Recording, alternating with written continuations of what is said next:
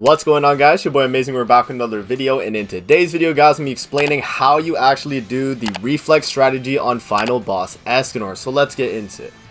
Alrighty, so as you guys can see here, this morning, actually super early this morning, I was rank number 1, and I actually went again and did another reflex strategy, and I got 7,970 points, and I'm rank 43 at the moment. I can see here that everyone's basically getting above 8k in the top 10, but generally, like if you do the reflex strat, from what I've found is if you get crit with Escanor at the end, you're gonna actually get like at least 7k plus.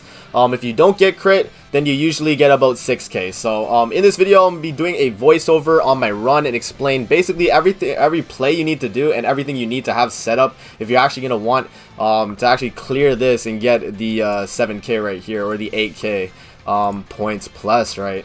So let me show you guys the team here. So this is the team that I'm running here. I'm running Goddess Elizabeth, and I'm running HP defense on her.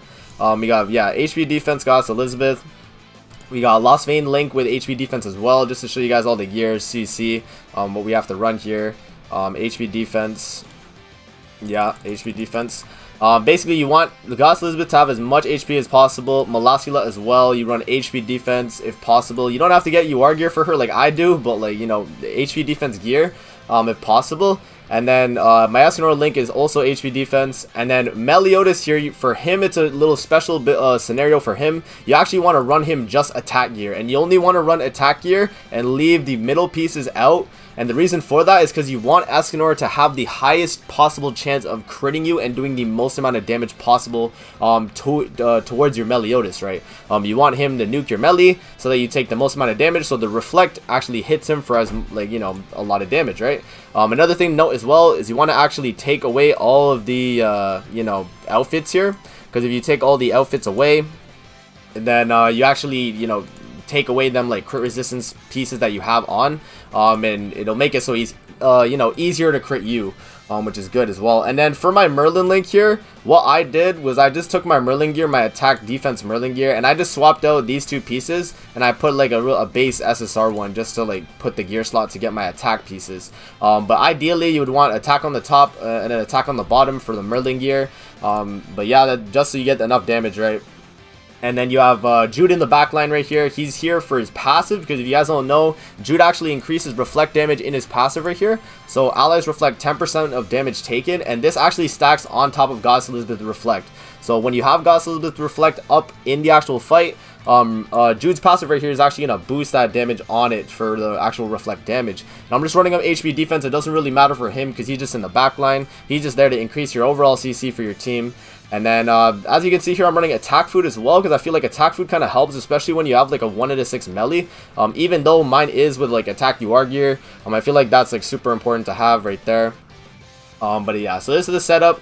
And I'll do like a little voiceover on the actual clip and explain everything in that. So alright, so we've just loaded into the fight here. I'm doing the voiceover after I've actually done the run here. But basically, I think this is the most ideal run you actually want to get here. You want to merge a stun with Goddess Elizabeth. And just to note, you have to have a merge stun card as your first card if you're actually going to be attempting this. So you have to keep resetting till you get a merge stun on the turn 1 like that. If you don't top deck a merged stun on turn 1, you just have to keep resetting. That's just how it is, because you have to stun Escanor turn 1 to force him to get his ultimate. So as you can see here, because Escanor's stunned, he's just going to cleanse and get his freaking max ultimate gauge.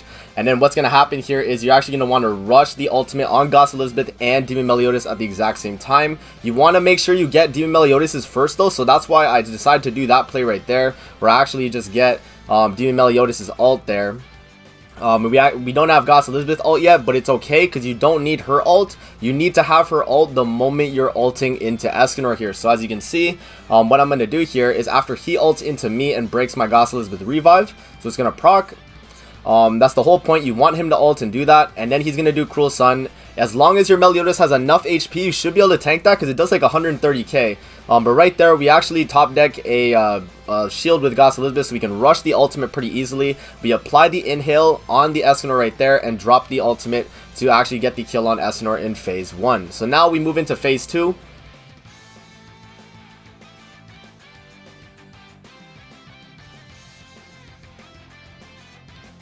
Alright, so once you're loading into phase 2, it gets a little bit easier.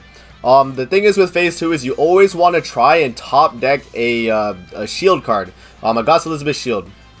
So this turn I'm using the Goddess Elizabeth shield just in case Escanor goes for the ult reduction card, because you don't want him to take your gauge on Goddess Elizabeth. You want to keep that ultimate, because the moment you lose the gauge, you're going to lose the ultimate and you're not going to be able to apply the reflect strategy. So what we do here is waste a bunch of cards. We use the shield right there, and I'm very lucky at the end there because I do actually top deck a Goddess Elizabeth shield.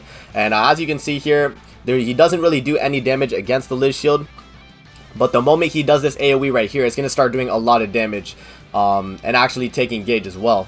So right here, we just use the Goddess Elizabeth shield, and we actually just waste a bunch of cards here from my hand. Because at this point of the fight, you basically have it set up as long as Goddess Elizabeth doesn't lose her ultimate. You should be, you should be chilling. So let's just see here. I use the inhale, and then I use the Goddess Elizabeth level 1 card, right? And yeah, so it just goes off. And Escanor is going to get his ultimate next turn now. And now my Goddess Elizabeth ultimate is not sealed anymore. So now this is the turn where we actually use the Goddess Elizabeth ultimate, because next turn he's going to get his ultimate, right? So right here, because we have the shield up, we're able to tank and we don't actually lose gauge there. He's going to do the over rupture card. We're going to be able to tank it, which is really good right there. And then right here of the fight, this is all the RNG part, because I've done a lot of testing, and from what I've seen, the only way you get a really high score is if Escanor crits into Green Demon Meliodas. If he doesn't crit into Green Demon Meliodas, you're going to average around like a 6k score. If he does crit into Demon Meliodas, then you're going to get like an 8k score, 7k plus for sure.